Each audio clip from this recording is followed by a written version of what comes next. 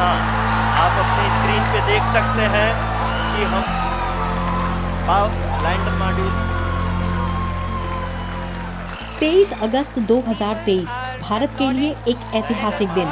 भारत ने वो कर दिया जो अब तक दुनिया का कोई देश नहीं कर पाया था। पहली बार दुनिया का कोई देश चांद के दक्षिणी ध्रुव पर उतरा है।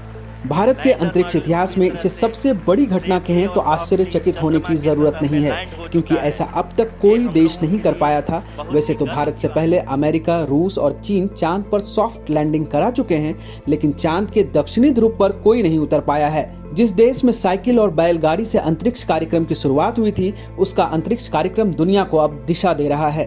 तारीख तय थी 23 अगस्त 2023। जैसे ही चांद पर सूरज की रोशनी पड़ी, चंद्रयान 3 धीरे धीरे चांद की सतह पर उतरा। सबसे पहले विक्रम लैंडर से रैंप की मदद से 6 व्हील वाले प्रज्ञान रोवर को चांद पर उतारा गया।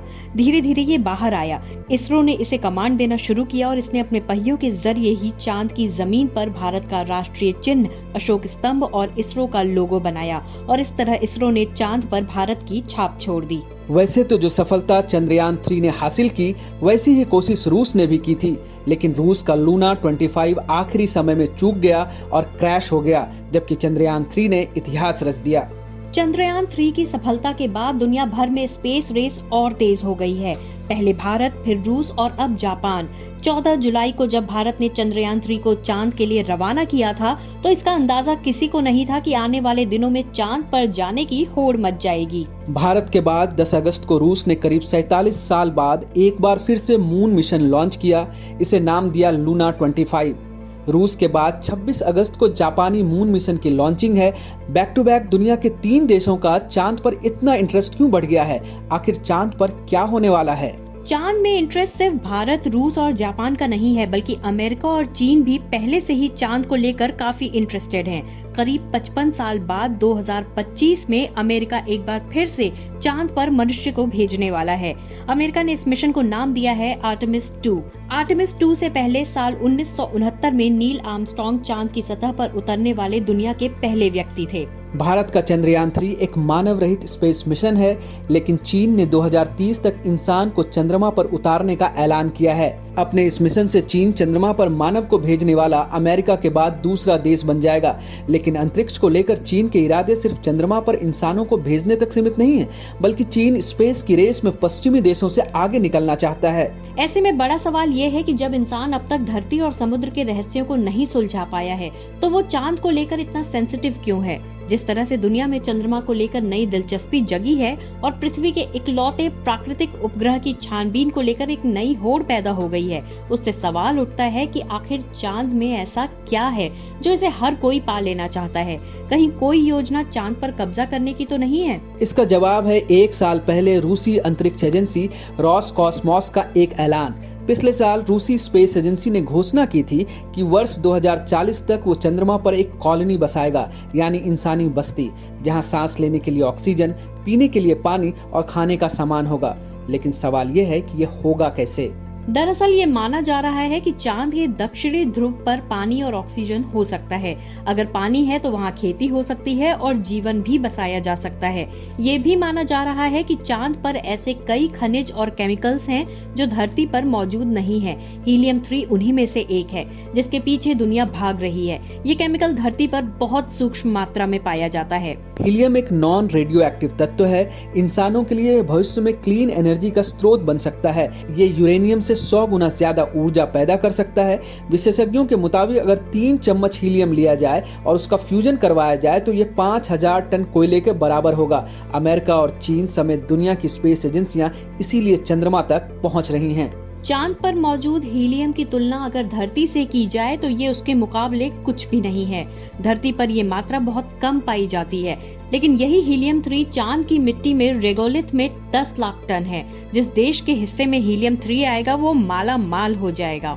लेकिन मामला सिर्फ मालामाल होने का नहीं है। अगर चांद पर पानी और ऑक्सीजन मिल गया तो मिशन मंगल को नई उड़ान मिल सकती है।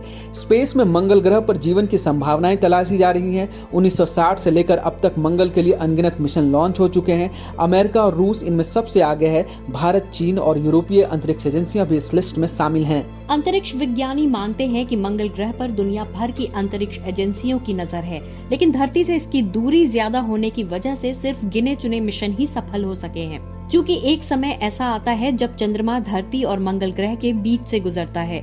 ऐसे में अंतरिक्ष एजेंसियां चांद को एक बेस के तौर पर प्रयोग करना चाहती हैं। इसलिए चांद पर अचानक सबका इंटरेस्ट दिखना शुरू हो गया है। चांद पर पहुंचने का तीसरा कारण अपना वर्चस्व स्थापित करना भी है। अमेरिका और रूस इसमें सबसे आगे हैं, लेकिन चांद के दक्षिणी ध्रुव पर अब तक कोई देश नहीं पहुंच पाया था। भारत ने 14 जुलाई को जब मिशन चंद्रयान 3 लॉन्च किया तो माना जाने लगा कि भारत ही सबसे पहले चांद के दक्षिणी ध्रुव पर पहुंचेगा। लेकिन रूस को ये पसंद नहीं आया और उसने 10 अगस्त को लूना 25 को चांद के लिए रवाना कर दिया, जिसे चंद्रयान 3 से पहले ही चांद के दक्षिणी ध्रुव पर पहुंचना था, अपना झंडा फहराना था।